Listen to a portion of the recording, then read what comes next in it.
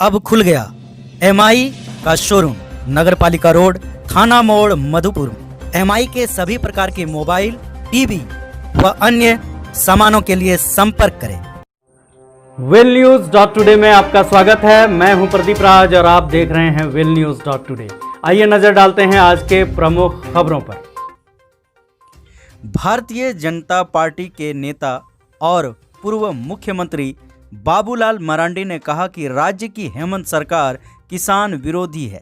बाबूलाल मरांडी देवघर में पार्टी का आयोजित प्रमंडलीय स्तरीय किसान पंचायत को संबोधित कर रहे थे। भाजपा नेता ने कहा कि कृषि कानून में एमएसपी और मंडी के संबंध में राज्य के किसानों को गलत जानकारी देकर भड़काया जा रहा है। उन्होंने कहा कि राज्य की हेमंत सरकार अभी तक किसानों से धान खरीदने की व्यवस्था नहीं कर रही। राज्य के छोटे किसान और औने पौने दाम पर बिचौलियों के हाथों धान बेचने को मजबूर है। बाबूलाल मरांडी ने हेमंत सरकार पर हमला बोलते हुए ट्रांसफर और पोस्टिंग पर भी कई सवाल खड़े किए हैं। देखिए, आज जिस ढंग से अपोजिशन के लोग पूरे देश में किसानों को भरमा रहे हैं, उनको कह रहे हैं कि एमएसपी समाप्त हो जाएगा, मंडी खत्म हो जाएगी, किसानों की ज़मीन लोग छीन लेंगे। ये वास्तविकता से कोसों दूर है। सदन में भी देश के प्रधानमंत्री जी ने कहा है, कृषि मंत्री ने कहा है, बाहर भी बार बार इस बात को कह रहे हैं और वो लोग बार बार इस बात को कन्विंस करने में लगे हुए लोगों को।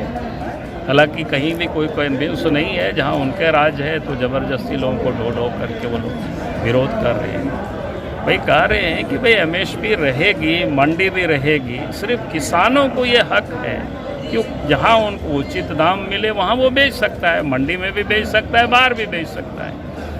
तो ये भ्रम की स्थिति जो लोगों ने पैदा किया हुआ है बार बार, इसलिए पार्टी ने ये तय किया है कि हमें भी इस देश के किसानों को बतानी है वास्तविकता क्या है, और इसके तहत ही पूरे प्रदेश में या पूरे देश में ये कार्यक्रम चल रहा है। नहीं, झारखंड में तो आप सबने देखा होगा, देख भी रहे हैं कि उसमें बताना क्या है कि भाई सरकार ने क्या काम किया किसानों के।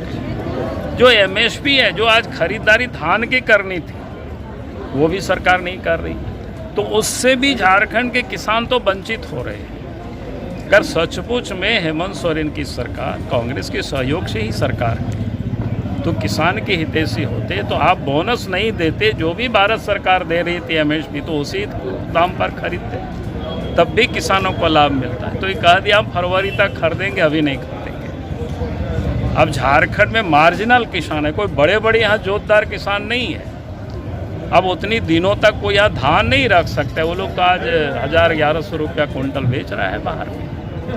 तो सरकार को किसानों की चिंता होती तो सब धान वो खरीद लेती है, अब किसानों को लाभ पहुँचाती, वो काम कर नहीं रही है।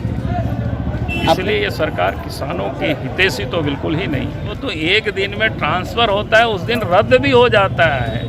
और हमने ट्रांसफ़र की भी नीति बताई कि कैसे ट्रांसफ़र होता है, बहुत अच्छी व्यवस्था होती है। तो हमने कहा कि जो चीफ सेक्रेटरी, होम सेक्रेटरी, मुख्यमंत्री, डीजीपी ये बैठ करके तय किए होंगे, और नहीं तो डीजीपी ने फाइल बढ़ाया होगा, होम सेक्रेटरी ने उसको सहमति दिया होगा, फिर चीफ सेक्रेटरी सहमति दिए और इसके बाद मुख्यमंत्री उसमें सहमति दिए, तब फिर वापस लौटा, नोटिफिकेशन हुआ।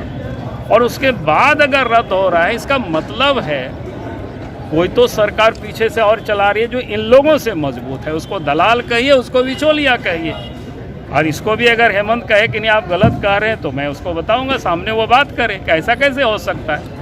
एक आदमी का स्थगित तो हम लोगों ने सुना है कि भाई ठीक है किसी कारण से आवेदन दे दिया होगा।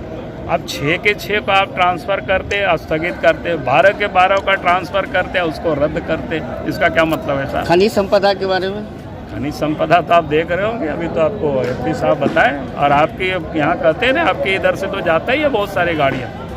थोड़ा एक दिन आप लोग रोक करके पूछ लीजिएगा, उन लोगों के पास नोट है, लोग दिखाता है, उसमें नंबर क्या लिखा हुआ रहता है। आज के लिए बस इतना ही। अब हमें दीजिए इजाज़त, कल फिर मिलेंगे कुछ नई खबरों के साथ। हमारे YouTube चैनल को सब्सक्राइब करें, बेल आइकन दबाना ना भूलें, और अधिक जानकारी के लिए लॉगिन करें www.wellnews.today को। धन्यवाद।